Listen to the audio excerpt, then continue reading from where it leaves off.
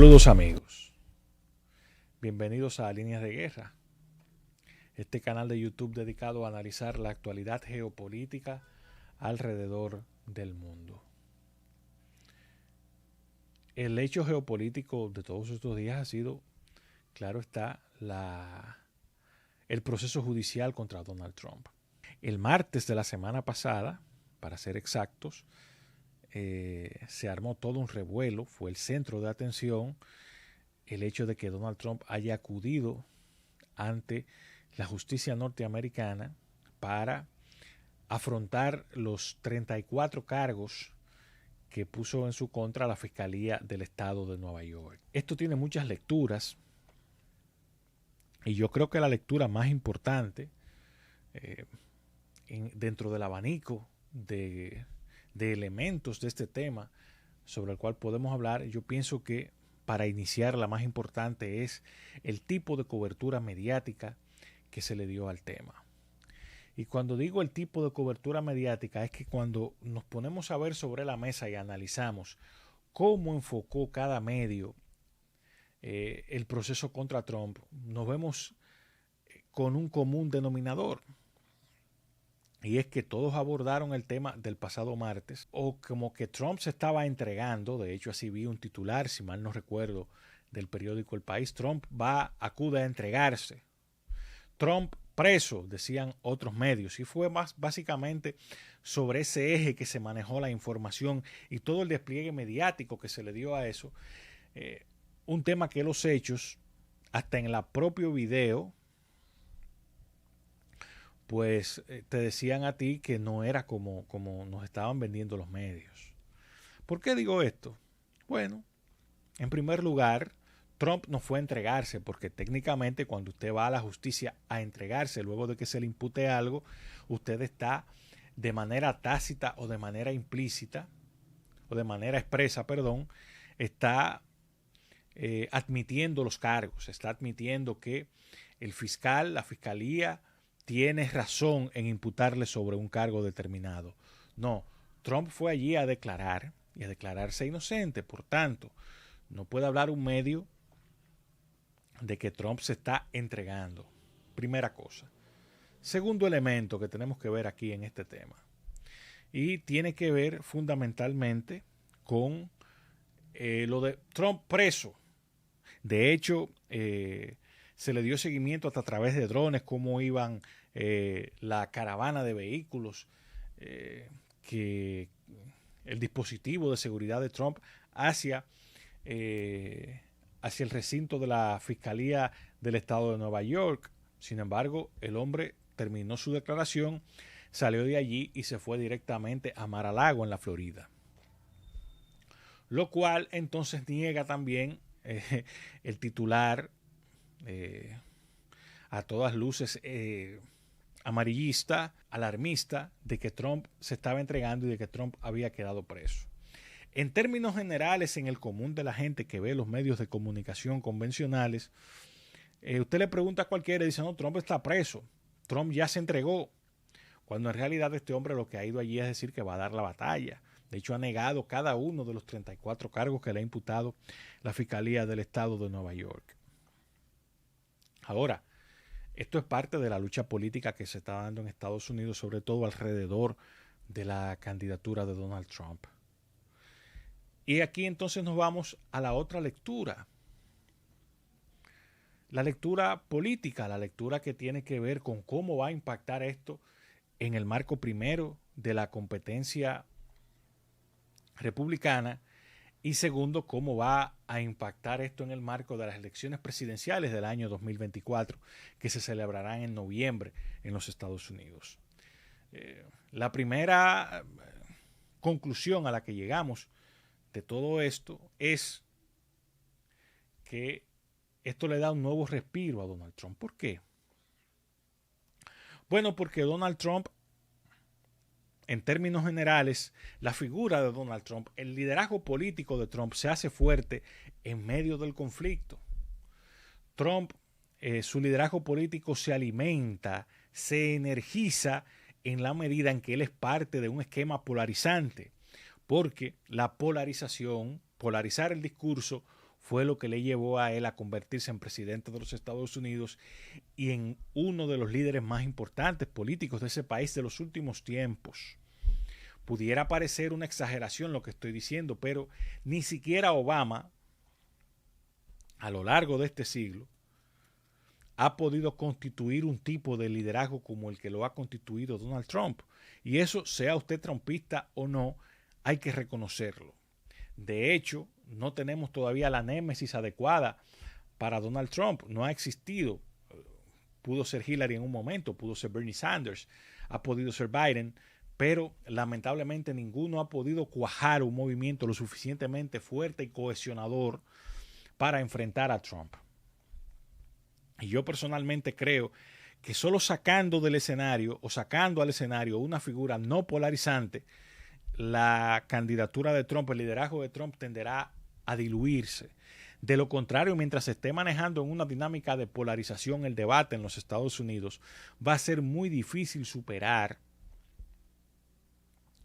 la dinámica que ha construido Trump para él ser el líder más importante de los Estados Unidos, el referente. Ahora, algo de eso hubo en las elecciones de noviembre del pasado año, que para mí es un punto de quiebre importante a partir de lo que estaba pasando con la figura de Trump hasta este proceso judicial. Porque hasta las elecciones de medio término, lo que teníamos claro era que solamente faltaba una suerte de validación sobre las potencialidades de la candidatura de Trump en las elecciones de medio término. ¿Por qué? Porque se pensaba que si la ola republicana se confirmaba, ya las potencialidades de Trump se elevarían al máximo, sobre todo a partir de que el resultado de esa elección se iba a atribuir a Trump, que fue la figura eje de ese proceso, que se convirtió en una suerte de plebiscito sobre Trump. Pero ¿qué pasa? Que ahí Trump obtuvo para mí, su principal derrota política, incluso más que la propia del 2020, porque la del 2020, aunque perdió la reelección, lo dejó con argumentos y con armas políticas necesarias para continuar con vigencia. De hecho, entre su base social, entre la base que sustenta su liderazgo, a partir del resultado de las elecciones de 2020, Trump lo que hizo fue fortalecerse. Entonces, partiendo de allí, el resultado de esa elección, lo que se convirtió para mí fue en la gran derrota política de Trump, porque no le permitió a él sentar las bases para un camino fluido hacia la Casa Blanca en el año 2024. El resultado fue muy por debajo de las expectativas republicanas y se convirtió en una victoria política para los propios demócratas. Y sentó las bases para que los republicanos tuvieran la posibilidad, sobre todo la gente del aparato, de ver una brecha sobre la cual derrotar a Trump en un proceso interno. Y esa brecha la estaba capitalizando el gobernador del estado de Florida, Ron DeSantis, que tiene todas las características positivas de engagement de Trump con su base social de liderazgo, pero sin las potencialidades polarizantes que tiene Trump, sin el margen de rechazo que tiene Trump como líder político.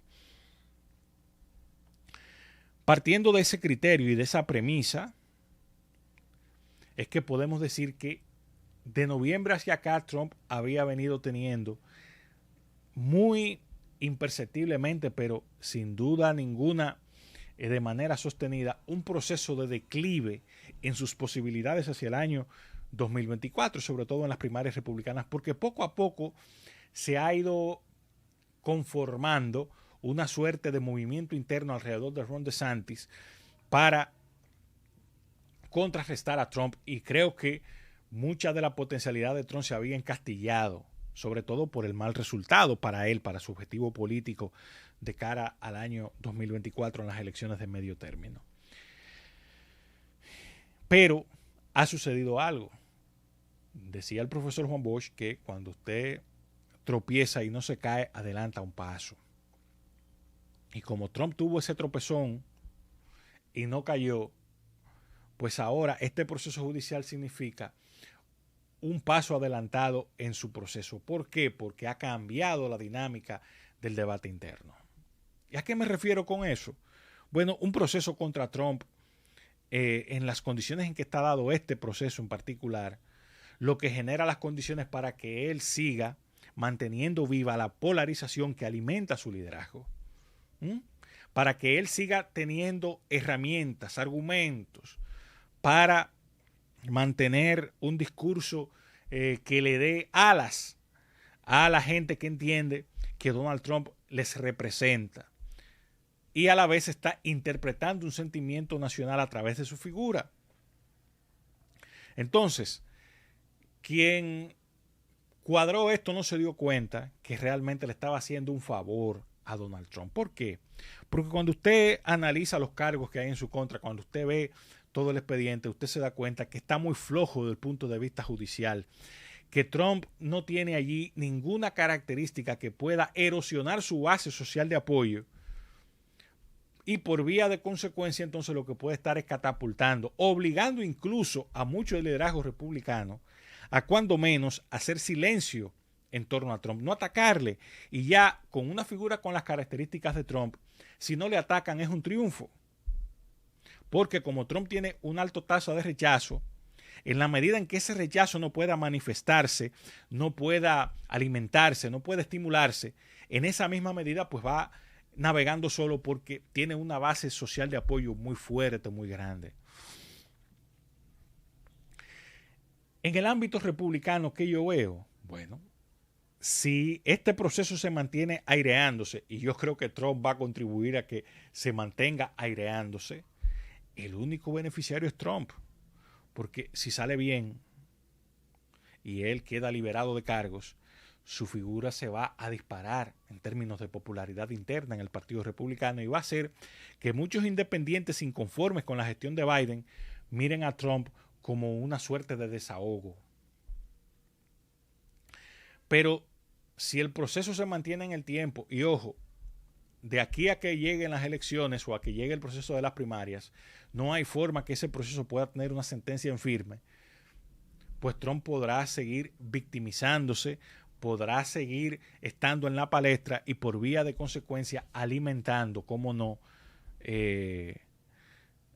las fuentes de las cuales su liderazgo vive, que es precisamente de la confrontación, porque recordemos que Trump generó un liderazgo a través de la confrontación política y social que se está generando en los Estados Unidos, en el entendido de que hay una parte de la sociedad, los blancos, anglosajones y protestantes, que no han podido hacer el cambio de chip, no entienden que la sociedad norteamericana de hoy es una sociedad multirracial.